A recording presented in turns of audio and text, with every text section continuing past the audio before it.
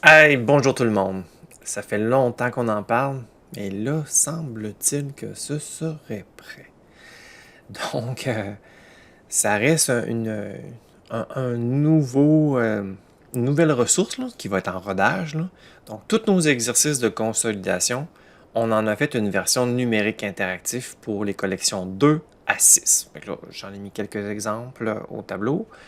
Euh, je vais vous montrer grosso modo les fonctionnalités pour que vous puissiez créer votre propre groupe, créer l'accès à vos élèves, puis de sélectionner quel parcours vous souhaitez rendre disponible, puis qu'est-ce que ça comprend. Donc, je vous présente ça à l'instant.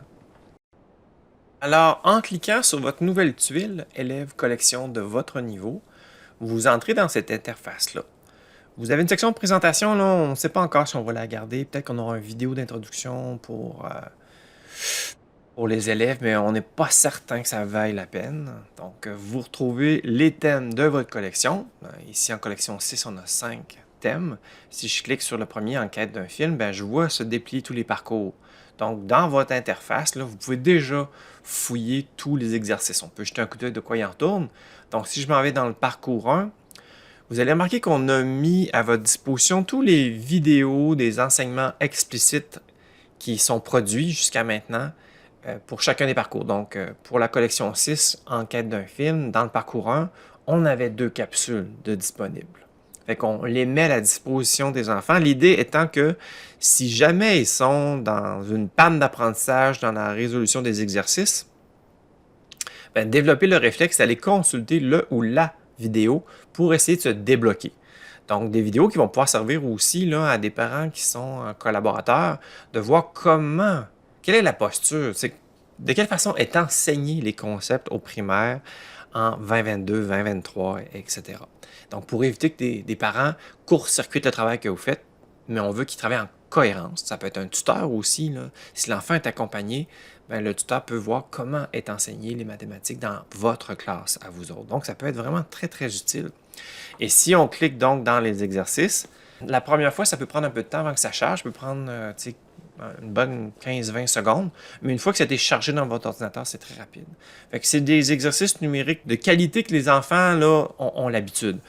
Ici, on va écrire là, quelle est la valeur du chiffre 7 dans le nombre suivant. Donc, on va écrire les réponses, etc.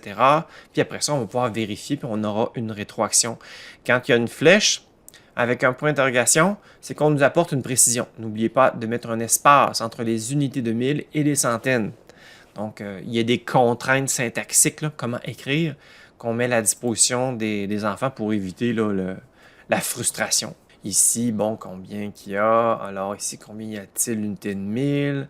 Ici, associer les opérations équivalentes. Donc, ça, c'est des drag and drop qu'on va mettre dans le bon puis avec rétroaction. Fait que ça a l'air de ça. Donc, les activités, je pense que ça va être très utile. Fait qu'on se rappelle, c'est vraiment nos exercices de consolidation qui ont été adaptés en version numérique interactif. Il y a, dans certains cas, on n'aura pas le choix de mettre des documents PDF.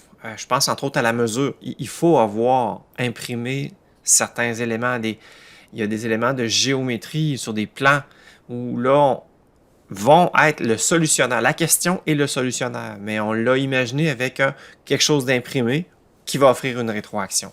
Fait que ça a l'air de ça un peu les types d'exercices.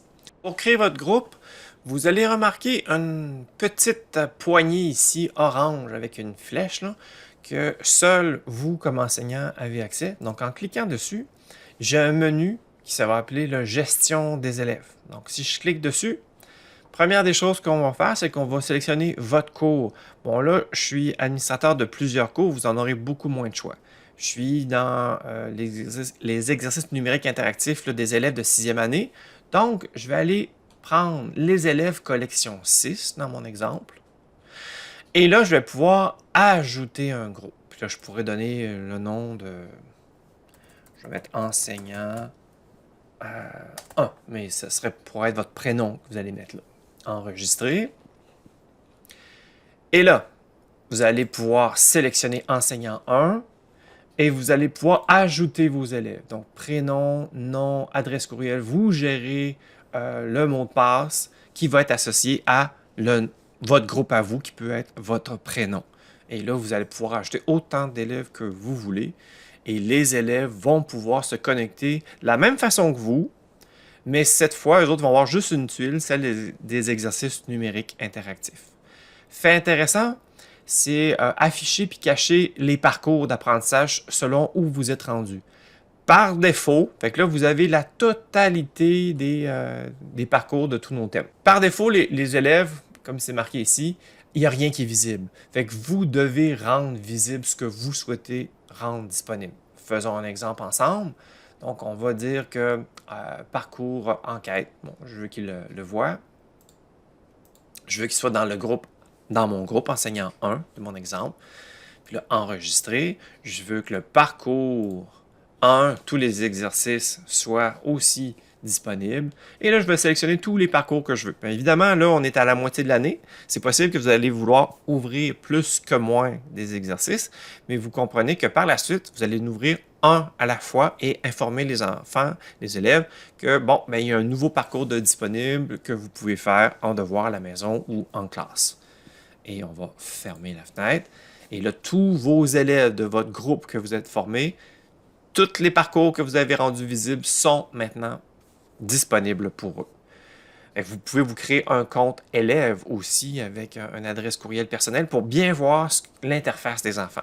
Fait que voilà, comme un cadeau de Noël qu'on aurait aimé vous offrir là, dès le début de l'année, mais le diable est dans les détails. Si jamais vous voyez qu'il y a il y a encore des éléments qui sont à améliorer, vous nous en faites part, on continue d'améliorer ça. On veut que ce soit vraiment bien rodé cette année.